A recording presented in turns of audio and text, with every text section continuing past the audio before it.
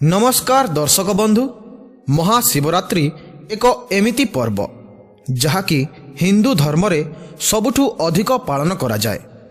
एही पर्व रे भक्त माने राति सारा जागर रहंती एवं प्रत्येक शिव मंदिर रे भक्त माने दीप जाली थांती। किंतु कौन आपण माने जानिछंती एही महाशिवरात्रि पछर रहस्य कौन, काहेकि पालन करा जाए महाशिवरात्रि? प्रकृत में महाशिवरात्रि दिन कौन घटिथिला? आसंतु जानिबा संपूर्ण सत्यतार कहानी।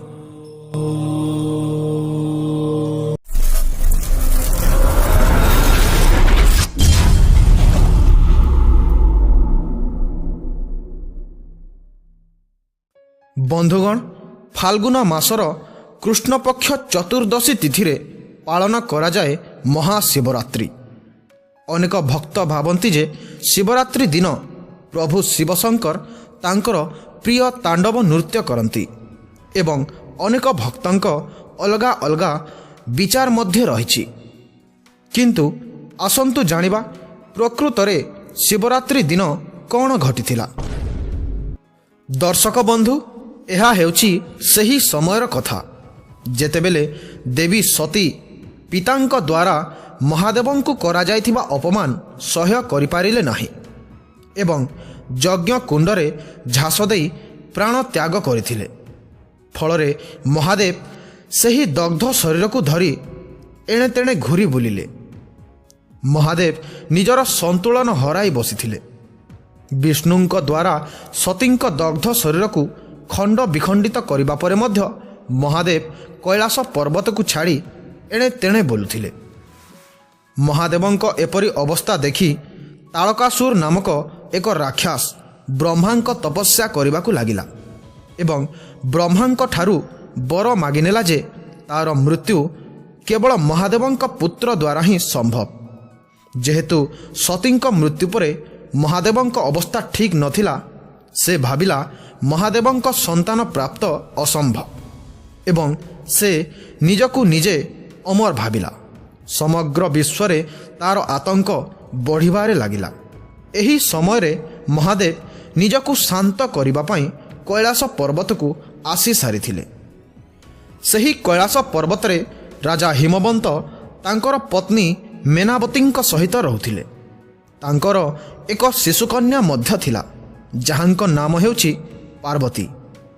माँ पार्वतींकु सतींक अवतार मध्य कुहाजाए। माँ पार्वती बाल्य कालरू ही महादेवंक भक्ति करुथिले। सबुबेले महादेवंकु जप करुथिले। तांकरी जपरे समग्र कैलाश पर्वत कंपी उठुथिला। महादेव मध्य तांक भक्ति रे संतुष्ट थिले। पार्वतींक महादेवंक प्रति भक्तिभाव देखि समस्त देवता गंधर्व खुशी थिले। माँ पार्वतींक भक्ति एतिकिरे सीमित नथिला। से तांकर घरद्वार छाड़ी एक जोगिनी हेबार निष्पत्ति नेले एवं कैलाश पर्वत उपर को आसी महादेवंक सदृश ध्यान करिबाकु लागिले। दिने महादेव एक साधुंक रूप धारण करी पार्वतींक निकटरे पहुँचिले एवं महादेवंक विरुद्धरे कहिबाकु लागिले। किंतु महादेवंक विरुद्धरे पार्वती टिके हेले शुणी पारिले नाही ओ ब्राह्मण देवंकु चुप कराई देले।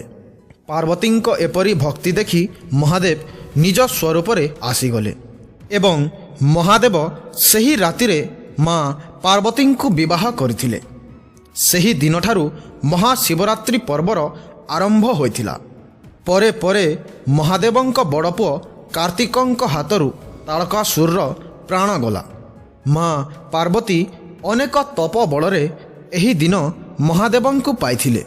सेथिपाई कहंती एही दिन उजागर रहिले प्राणीर सबु मनस्कामना पूर्ण होइथाए।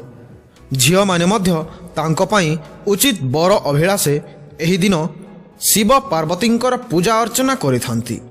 तो दर्शक बंधु, एहा थिला महादेवंक महाशिवरात्रि विषयर संपूर्ण कथा। भिडियोटी केमिति लागिला कमेंट माध्यम रे जणांतु एवं प्रत्येक सोमवार सकाळ 9टा ଓ ବୁଧବାର ସନ୍ଧ୍ୟା 4টাରେ ଗୋଟିଏ ସୁନ୍ଦର କାହାଣୀ ଶୁଣିବା ପାଇଁ ଚ୍ୟାନେଲକୁ ମଧ୍ୟ ସବସ୍କ୍ରାଇବ୍ କରି ରଖିଥାନ୍ତୁ। ଭିଡ଼ିଓକୁ ଶେଷ ଯାଏଁ ଦେଖିଥିବାରୁ ଅଶେଷ ଅଶେଷ ଧନ୍ୟବାଦ।